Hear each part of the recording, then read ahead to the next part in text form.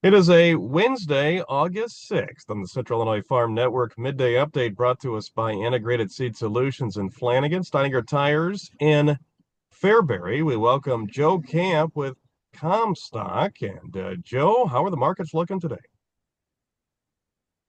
Not much positive to report price-wise for the grains. You've got a new low for the move on December corn futures falling for the first time below $4.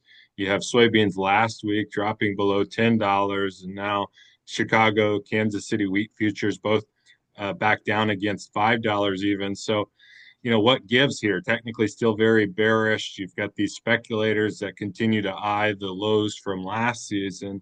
That would be for December 24 corn, 385 for last year's new crop bean contract. It was in mid-August down to a level of 955.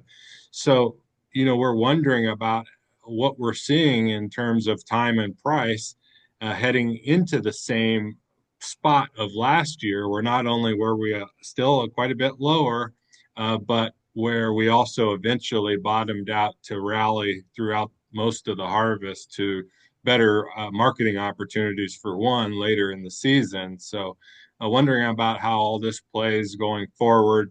The same questions of where we're at in the USDA reporting cycle and the expectations that are forming about yield is very topical.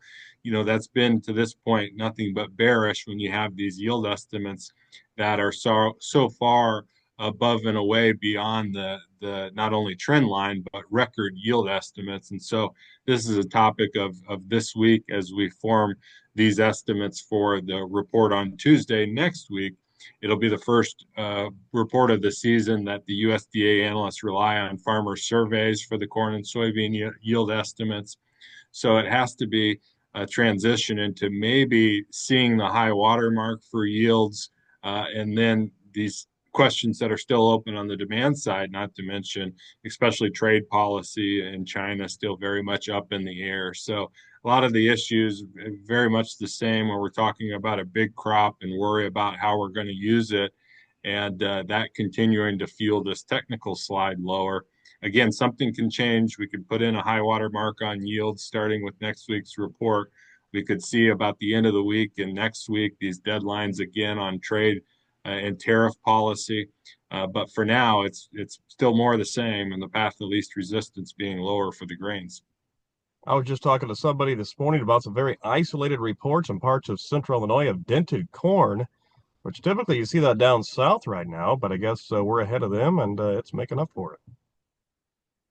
Yeah, and there's also conversation about just how rushed this crop has been in places, as green as it looks, as highly as it's scored on the condition ratings. Will there be some concern still about how hot we were during the pollination and after what had been in so many places, some very wet in a surge of growth? But, the general idea is that's nothing but conducive for the nationwide averages. In Illinois, though, it's very much, as you mentioned, a question of do we have the southern crop to support what are phenomenal yield ideas elsewhere?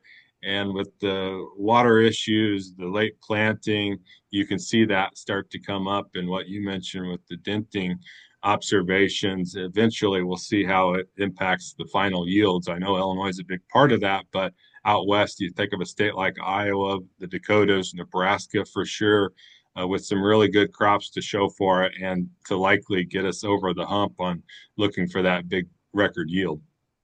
How do we find out more from you at Comstock?